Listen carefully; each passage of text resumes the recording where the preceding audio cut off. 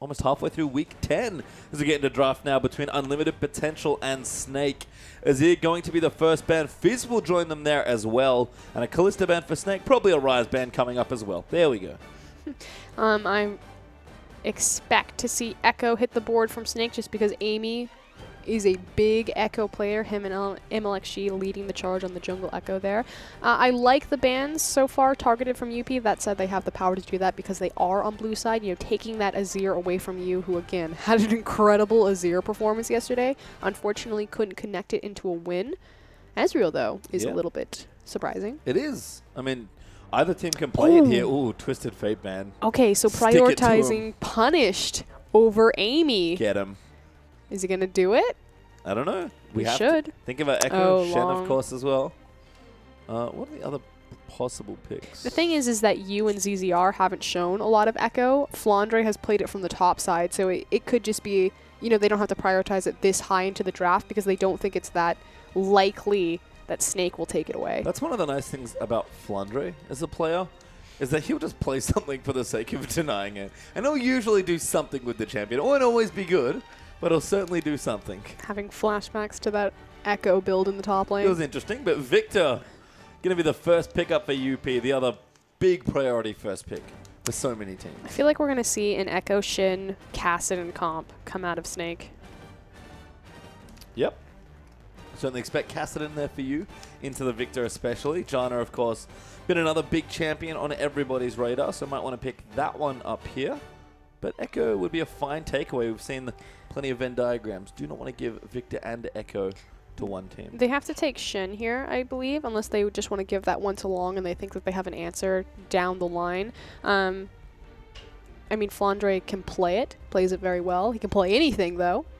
He can. Probably things that shouldn't be played in the top lane. Flandre can pull it out. Yep. LeBlanc, Trinity Force. Yep, no, that's a real thing. That's definitely a thing that's happened. You see Janna locked in there for Snake. Okay, prioritizing the disengage versus the Shen, but taking the Echo away. Again, you cannot give Echo and Victor onto the same team just because the Venn diagram of murder, the parallel convergence on top of the Chaos Storm, on top of the gravitational field, is just too much to deal with. So anytime you see a priority Victor, chances are in second rotation you'll see the Echo taken away. Assuming it's not banned, which in this game it was not. And like you mentioned in our last game, actually, Janna and Gragas often not seen together. So Snake going to break up that potential combo there as well, which does leave Shen as the possible priority here for UP. And this is what I love about drafting on this patch.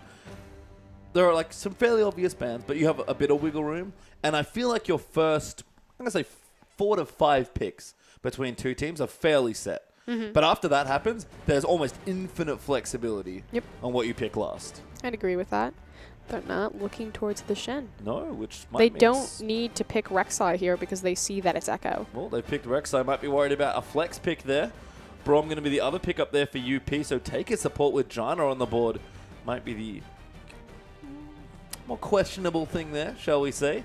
But Shen is open if Snake want it, and of course Martin, who's played a lot of Vayne recently, can pair it with the Janna if he'd like.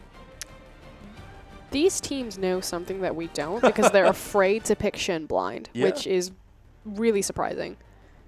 It is. 33 seconds here for Snake, cycling through a couple picks here. Shen hasn't even been hovered. Like, that's the thing. It was hovered initially by Long in the first priority. There's Gnar. Flandre going to ignore Shen, take Gnar instead over it.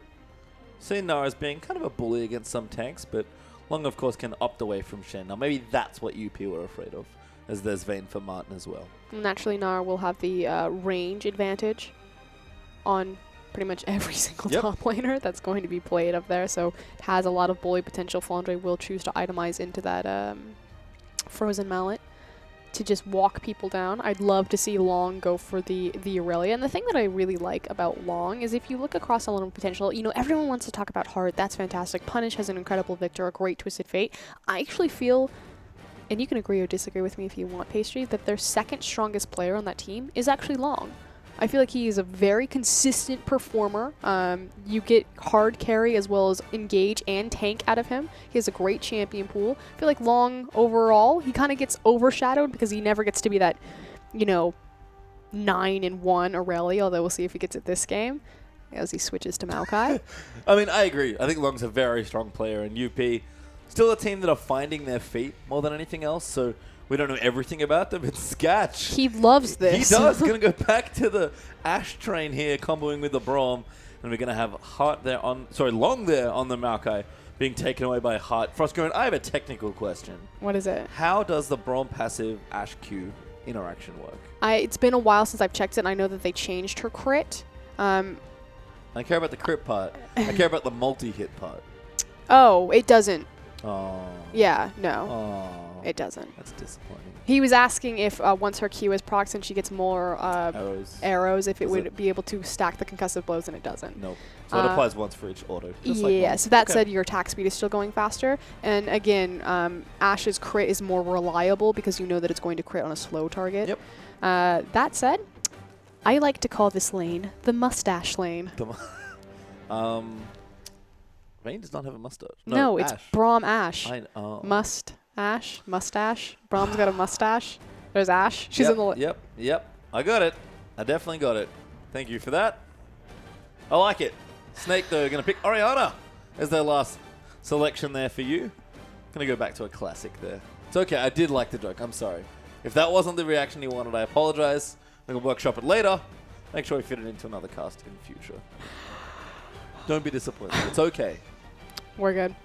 Orianna being picked up last. Yu is a good Orianna player. The thing about Yu's Orianna, and I feel like every Orianna is different in the LPLs. We just saw a row of Rylai's come out of Xiaohu.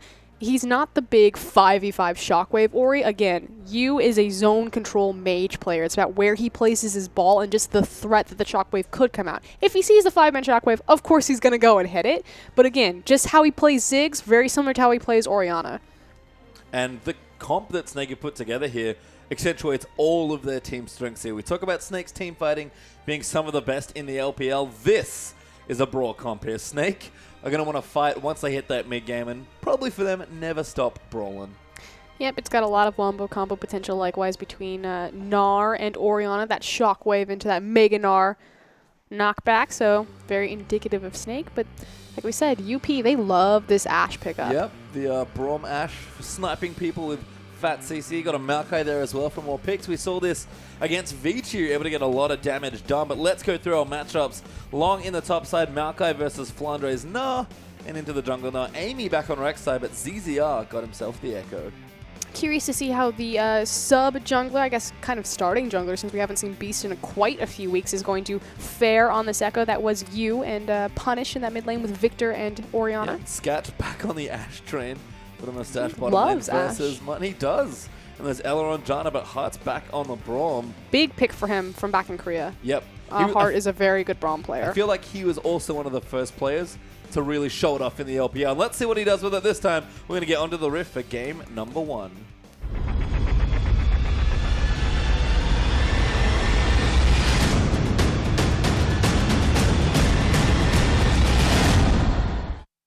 And welcome onto the Rift here for Unlimited Potential versus Snake game number 1.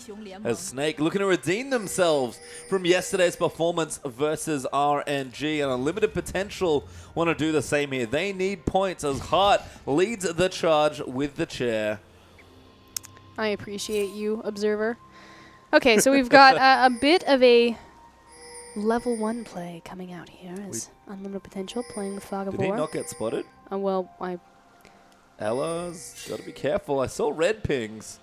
They know. They know. Snake do know. He's pinging that real hard. He's like, don't go here. It's very scary. I don't want it. And they're going to leave. Unlimited Potential. Trying to see if they can get something awfully sneaky done. Instead, just going to put a ward down. And now Snake know. Seeing most of the Unlimited Potential side there. That just want to chill out. Make sure all those jungle entrances are nicely defended. So let's talk about one of the things that I really enjoy and one of my specialties is the bottom lane 2v2 matchups. I don't know if you've noticed this trend with me, Pastry. I may have. I may be an 80 carry main. That is also a possibility. Okay. The thing about Vayne Janna is that they don't have any way to impact the wave. They don't have a lot of wave control. There's no AoE ability. I mean, you can send a tornado. That's the best case scenario that you have. But it's so important with Vayne Janna that you trade aggressively with the Eye of the Storm. So the tumble empowered auto on top of the Eye of the Storm is just so difficult to trade against. Now, on the opposite side, you have Ashe with Braum. Braum's level 1 is going to be ridiculous, as we do see that they get both those Sentinels, so quite an EXP advantage. But more importantly, Ashe is going to start with that volley. So much control over the wave on top of having the Relic Shield. This early lane phase should be entirely in Sketch and Heart's hands unless they just massively mess this up. Because you have the ability to quickly proc Relic to start the wave pushing, and then just the threat of the volley control on the wave. And it's just about pushing Vayne in, so she has to use the shield defensively and never gets to use it to trade with the tumble auto, which is why people assume that the Vayne Janna lane is so weak. Yep. Well, we'll see if they can manage that there as ZZR starting on red into Raptors. Bit of help there from Flandre, who I believe stole his... I say stole. Took the Krugs from his jungler there to hit level 2. Donated. But Long, looks like he started with Raptors there as Amy's going to take that Scuttle Crab over around the Dragon area. And we're going to settle into standard lanes for once. Been a little while. Although Amy is invading ZZR for some deep vision. Very nice little invade. Wolf Spirit, though, you're going to see him. Nice smite there from ZZR. Amy might just try and brute force it. ZZR's like, not a chance, mate. That's my blue buff. Don't quite have control of your side lanes here. Wow, that's going to force a 2v3. Good tornado there, but Martin forced to fuse his flash there. Posturing error, no reason for Martin to be that. Smite? Wow, he's still going in. Yeah. It's because Victor's just now getting control over the wave. Look at how far forward Punished is. Yep. You can see the Hugh being pressed up against his tower. Can't quite control that just yet with 2 points in the death ray. Amy round 2 committing very heavily to taking this, but ZZR, by the looks of things, just has to give it up. So again, the fact that Amy communicating with Punish, keep Orianna locked out of this, we're going to go for the steal. Now Orianna's coming. Kralik Avernus is down. Doesn't land though. ZZR going to go back in though. Huge, massive knockup there as Yu gets himself the first kill. Mart locked up there in the front line. Will go down to Sketch. But Hart's trying to tank up some of the damage. It might be too much, so Sketch going to kite them as best he can, but he's forced to flash out. Ella, though, Flash Tornado is going to find Sketch. ZZR will dive his way in as well. Damage is big with ZZR, takes a huge stun. Yu will get the next kill there onto Sketch. Convergence down again, just to slow them down. Ella will be stunned in the gravity field, but Snake win that exchange. And Amy's over-aggression is punished again. We talk about MLXG being a very aggressive jungler. Amy is even more aggressive if that's possible, and it costs his team huge there. Yu with blue and red buff on level 4 Orianna, as well as picking up 2 kills. And some free CS here in the bottom lane. Yu's off to a real nice start. You can see that gold total, almost 1,600 gold up now. So old needlessly large rider buy price. It's got a bit of a discount now, so we'll see what Yu wants to do with his early item build. Chalice. Straight into the Athenes. Yep. Nope, makes sense. You're getting your MR, your mana regen, which is all going to be very key on Orianna. Wow. Amy. Yep, that was Amy. If there was ever a way to illustrate Amy's play, good or bad, that was Amy to a T there. A little too aggressive on that invade, and as a result, Snake find themselves with a nice early lead on their mid laner. Amy does get his own blue buff though. It's fine, I got a blue. Gonna keep them in the way. I don't know if Punish feels the same Meanwhile, way. Punish, I was just gonna say Punish is in the mid lane like... What have you done? Amy gonna keep jungling, take out the Grump, hit level 4, and continue on his way. As ZZR going Cinderhawk there, got a Ruby Crystal in his pocket all ready to pair with that Rangers Trailblazer. Looking for Amy actually. Even though they're the same level, not a bad fight to pick as Amy does get that Scuttle Crab. The thing about Echo, he does need some time to ramp. His level 3 is very strong. I believe when that initial invade started though, he may have been level 2. And likewise, Echo needs to farm more items before he kind of becomes this big relevant CC train that Echo Jungle tends to turn into, itemizing into Cinderhulk, into Sightstone, utilizing his ultimate for reset. So it is smart of Amy to be aggressive on Echo early because that's where Rek'Sai is going to have the big advantage in terms of kill potential, but just getting way too punished there. Flandre ulti, no scoop. Didn't want to use it. He's not going to scoop. No scoop. I think he might have been a little too far to carry into that wall. But Flandre keeping up in CS here. Long doing a nice job though. 1v1 against one of the tougher people to play in standard lanes. The big thing though is Long's actually ahead because he still has a pot. as well as the Doran's Ring to keep his mana up, whereas Flandre, naturally you're not competing with a resource because you don't have mana, you have your Rage Bar, but losing a lot of health in those exchanges there, so actually going to give that one to Long, also has the CS advantage over Flandre, which very rare. Very rare, but we'll see if that changes. Now that Flandre has his Hex Drinker, we've seen him play in 1v1s before. Very difficult player to compete against in a 1v1 matchup, but Long, like you said, doing a nice job so far as you can clear out that pink ward safely. Punch not able to get there in time, and ZZR clears that Gromp. Gonna go over to his other camp and try and hit level 6 for that ulti. The confidence of you to know that he could step forward and take the time to clear out a pink ward like that. He knew that his escape route would be towards the bottom side where ZZR was. Now ZZR going to return the favor. Here Can't comes the look parallel for a gank. convergence. That is such a long range punish. Does walk the right way away from it. You might pull the ulti. No, does not. But good chunk down there with the dissonance. You starting to take some control of this lane. And of course, Punish was playing towards the top side because he does have that ward up there in the river. So just doing a good job posturing correctly into his lane. Catalyst here for Long as well. Is going to be going for that Righteous Glory. You have to think here. No Rod of Ages in sight for a while, Frostgoon. As I see you shake your head. It makes sense for Long, and a lot of the LPL top laners are very proficient at their flank teleports, which the Righteous Glory is going to empower to an absurd degree. That said, I still prioritize your resistances, as well as your Spectral's Cowl and your Glacial Shroud, versus the Righteous Glory, especially on the 5.13, 5.14 patches. Yeah. But these LPL players, especially the top laners, they really enjoy the flank. See if he does rush it or just keeps the Catalyst for lane. Now Flandre, nice scoop. Trying to get Long out of this, but Long's going to win this duel at this point. Flandre getting too low. Hex Trigger procs might actually be enough. Either shield might have baited Long, who's forced to flash. I was just going to say, it was a bait with the Hex Drinker. Flandre not able to connect on the distant Q. I think Long was actually faking him out, rushing forward. Flandre thought he was getting ganked. Yep, as he quickly runs into river and places a ward. Yep, but he knows, or at least we know, that Amy's down towards the Wolves. They're not there just yet. So we do see ZZR going to donate this blue buff over to Orianna. Amy not there to try and steal it this time. Instead, looking top lane. Ulti hits Martin. Down to the bottom side. Sketch as well there with the arrow, but Ella blocking that one off. He'll be just fine. And this is something that Janna, specifically on purple side, is really good at doing. But hold on. Flandre getting ganked. Meganar's almost up again here. Amy, though, does get the knock-up. Flandre can't hop out. And Long's going to collect the kill. So knowing that Flandre was overextending himself repeatedly, they understood where he placed his ward because Long was able to force and kind of fake him out to place it. Amy just punishes on a beautiful gank path from Rek'Sai. Nice little dive there with the tunnels. ZZR going to clear out a pink ward here in the bottom side of the map. But Long doing nicely now with a kill on the Maokai. Flandre behind in his 1v1 lane. Although Snake do still have an overall gold lead, with Martin getting some farm and you being about 10 CS ahead. With Amy in the top side as well to start dragging here for Snake in 10 minutes. Yep, I was just going to say with all those resources. That said, here comes the Void Rush. Are they going to look for a steal? On the right side, Hearts here as well. Dragon does go to Snake. Going to look for an exit kill. Does not find one though. An unlimited potential.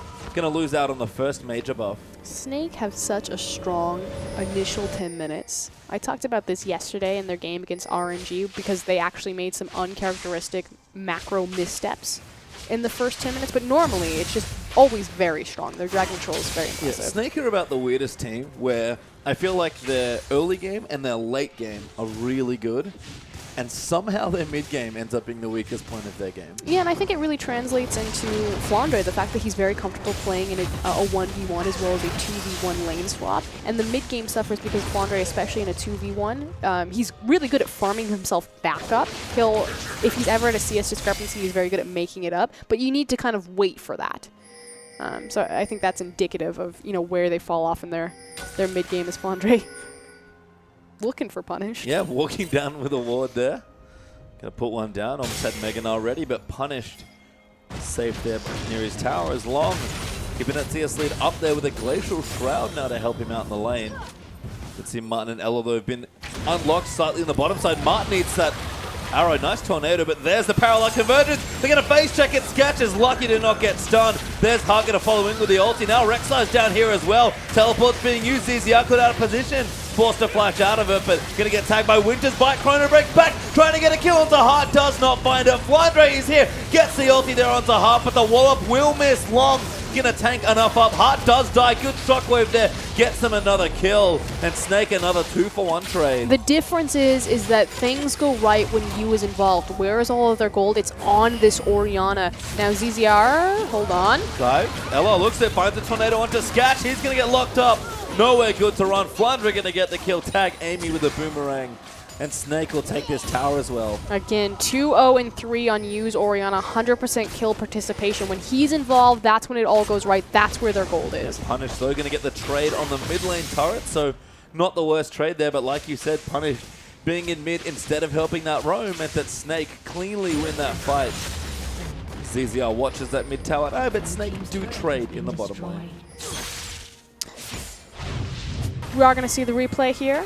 So good job from ZZR. The other guy who has a ton of their assists is going to be this Echo. Like you said, he does attempt to find the reset here and try to trade 1-for-1, knowing that he's going to die on Heart. But Sketch does such a beautiful job holding on to his heal as Flandre dives in here, pops the heal, allows Heart to stand beside me out of harm's way, and then Yu just shows up and cleans it up. Oh, Ella now caught out. Gravity Fields there. Has the flash. Barely escapes the AoE. And now ZZR's in there as well. Martin's going to follow in and Punish gets that, exactly that, as Hart now going to hop away. ZZR will get the time winded down for the slow. Martin collects the second kill. And Snake now 2-for-0 that time. Not quite sure what UP was thinking. They're already behind. So to try to face check into the enemy jungle instead of just securing your own jungle and farming out your waves seems a little bit odd. Amy now going to get forced out of his jungle there as well. Ella going to start putting down some wards, and Yu in the mid lane with that Athene's completed might be able to pressure somewhere, although Martin's in top lane. Probably means he's going to try and push this down, or at least apply some pressure to this side of the map. They've actually swapped up. Yeah, because Dragon's down. Outplayed. They can play to the top side of the map. Good job, Amy. Martin going back though. Flandre still down the bottom side, doesn't have a teleport. Yu working on the tower, gets ulted, good cleanse. Gets out safely. I love cleanse against Ashe. I really like Ashe. I like the fact that Unlimited Potential, you know, playing this champion, using her pick potential, forcing mid laners to take cleanse because there's an Ashe in the game. And probably QSS on the way for Martin, although that was going to happen anyway, you have to think. Smite there from ZZR. Stops the red buff being pulled around for a short while, but Amy has his smite. I have to think this buff belongs to him, and it does. Takes that away. Something that I don't always get to talk about is purple side Janna.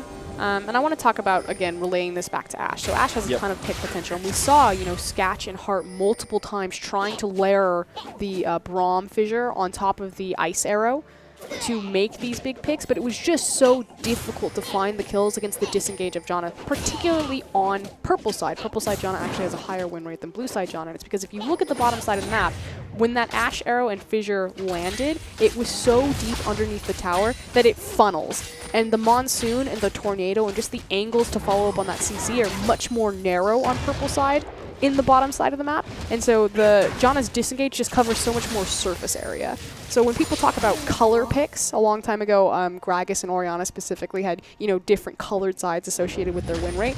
Janna on purple side is always going to be stronger than Janna on blue side if she's played in the 2v2 bot. Yeah, and that's what happened here for Snake. You can see Ella had a nice game for himself so far. 1-0-6, building Mikhail's there. Trying to pick out Martin makes sense with the Ashe in the game in particular, but Ella, no stranger to rushing Mikhail's there. That was the special to make sure Crystal got through things safely. Sketch as well.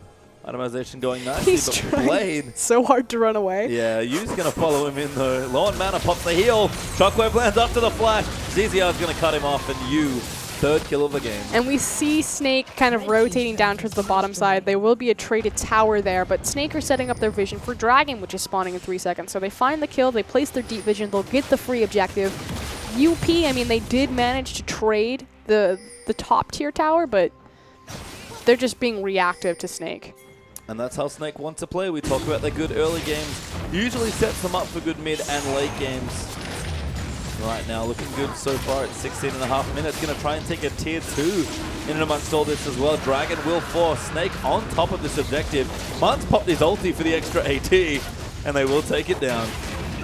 So in the end, Snake still trading tower for tower as well as the dragon objective in full control of this game. And this was really all set up from Amy being so aggressive on that initial blue invade that's just really spelled disaster as you snowballed ahead. Yeah, he's been set up fantastically in this game. 3-0-3 on that Ori with his first big item coming in shortly after that. Athene's have to think probably Death Cap there, very traditional Orianna style build. And I also like that you just hasn't been in a rush. Snake actually aren't rushing at all. They're playing the smart parts of the map because they know those outer turrets, they can get them whenever they need them. Yeah, they're playing to the timer versus the standing gold. That it's all about just the dragon. So dragons down, where do they go? They play to the top side of the map. Dragons back up, rotate all of your wards and your presence down to the bottom side. Make a pick, translate to the objective. Yeah, Martin's starting to split push now as well. So he'll create some additional pressure. Flandre with his teleport. Now Meganar going to try and defend. Ooh, he's a bit scared. That's a funny looking sight. Meganar just hanging out in the lane. Maybe worried about the combo there from Sketch, but Sketch going to do some damage to this turret. Flandre pops back in a mini now. Maybe a bit safer this way. He doesn't, well, he didn't see where a lot of UP were, which is why he's still being very cautious. He has to assume that they could walk up behind the tower and try to dive him. Caution warranted there. Sketch does get the tower, but both Amy and Hart were in the area, so Flandre will take the safe farm rather than get greedy. Martin, though, doing the exact opposite. Going to take the greedy farm and try and push down this turret. Should actually get this for free, especially because ZZR will be underneath him, just kind of shadowing, has a deep ward into the lane to spot anyone coming. So trading objective for objective, which means that they'll now rotate towards this mid lane. ZZR steals the Grump as well. There's the tower for Martin. Hart got spotted out by a nicely placed ward as well from Echo. And again, no rush here for this tower. Use level 12. That mid tower's on. Oh, actually that's bad. Tagged by Winter's Bite. Knock up there as well. Yu has to cleanse out. That's a good monsoon. But the shockwave will miss as a result. ZZR's just jumped on Punish though, and he'll take him out. Now Flandre and Meganar forms gonna run it in as Sketch does get the ulti. Cronenberg for a bit of health. Flandre scoops him out of the way as Sketch will be the next target. ZZR gonna jump in on top, and he'll get CC'd and die. Lots of damage here from Sketch. Flandre has to be careful. Good shield there from Jana will protect them. Amy flashes for the double on Borrow knockup. And they're going to keep chasing Sketch, doing more than enough here in this fight. Needs to be careful. Will die to Flandre. That was a mistake. And now Martin's going to clean house with Flandre. Long will die here as well to the Gnar. And a bloody fight ends up 4 for 3. Just in favor of Snake. That said, 4 for 4 actually. Snake should have been entirely in control of that fight, but it goes back to the very beginning. The monsoon resetting the fight, pushing everyone out of the shockwave, and then Flandre fumbles the Gnar ultimate. So Snake just uncharacteristically not cohesive in that. I think just an awkward situation. It was just really unfortunate. They wanted to disengage. I think that's why Flandre ulted them away and just couldn't. By then it was like, oh, we actually could have fought. And then it's like, well, we used all our major team fighting cooldowns. ZZR especially, he went in from that Echo. That was a series of unfortunate events. So here's the big thing that I want everyone to pay attention to. That shockwave. That shockwave, that monsoon, which is just so unfortunate. Flandre does have his Mega Gnar about to pop. Hart does a good job flashing out. And Sketch actually does a really good job kiting around the side of this fight. As again, just not everyone together. You know, people, as Flandre comes out, ZZR flashing in from the side. As ZZR flashes in, Flandre's like, I'm out. I'm out, man. And then Martin kind of fumbles his cooldowns here a little bit. Doesn't use his Q to block away from Hart's Q, which is just going to punch him in the face right there, followed up by the Twisted Advance. And it turns out 8 people dead in a very bloody exchange. Amy does collect the final kill to make it 4 for 4. That was a really messy fight. It was very messy. Looking back, I think you might have been right about Flandre's ult as well. A little too much credit there, perhaps. It is just awkward. That's one word. But we'll see what happens. We normally don't see very disorganized team fights, especially from UP and Snake, who are both good team fighting teams. So that was very uncharacteristic for both of them and their identities. Makes sense, easier. Oh, missed the phase dive, I think. Now caught in the gravity field, locked up forever by that CC, but Ella's going to try and turn things around with a shield. Long gets interrupted there. He's trying to go into ZZR. The ult from Sketch is good. Punish will take him out as Flandre is now the next target. UP turning things around. Sketch slowing people forever here as Flandre needs raid. Needs a bit more. They're trying to buy some time. Good contend there from Martin. gonna single out Amy, but still Hart has dives back Shockwave. in. Shockwave in there just at the last second. Hart will go down, Sketch will fall as well, and Snake redeem themselves in this team fight. Long is still fighting, but that'll be the ace. That is an ace for one, and that's what we were talking about. So much better, making sure that Martin's behind the team. With the ace, it will mean the Baron. Yep, Baron gonna go down now. Vayne, plenty of damage here and just enough shields and heals to do this one safely. Don't want to have the embarrassing moment of dying to Baron on camera, but Snake will finish it. All 5 members will receive the buff.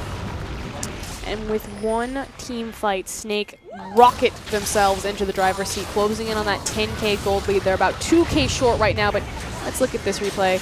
Again, just the terrain control here, fighting into these small corridors is so beneficial. A, for Victor, but also for Orianna. But he holds the Shockwave for so long. We talked about how he's more about a zone control Orianna versus that big 5-man Shockwave. Beautiful reset there from Ella. And again, this entire time, he's had the Shockwave. Finally comes down as soon as Sketch reveals himself from Fog of War. And from there, it's just a cleanup crew. Yep, cleanup they do.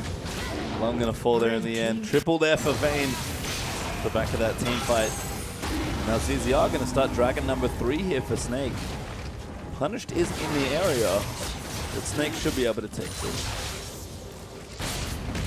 Is he going to get the steal with the laser? Nope. ZZR able to smite that away. 11 out of 10 on the sound effect, by the way. It wasn't a rusty coffee sound effect. No. But there can only be so many of those. As they do have Rabadons now for you. Phantom Mental Last Whisper there for Martin. And a nice Randy Woods plus Locket there for the front line of Snake. All of a sudden, that big gold that you talked about is translating this into some big ticket items. Vayne is up and online, a full item ahead. And again, the fact that she's not going to be punished for not having that flat AD in the B tier, the Infinity Edge, because she has the Janna.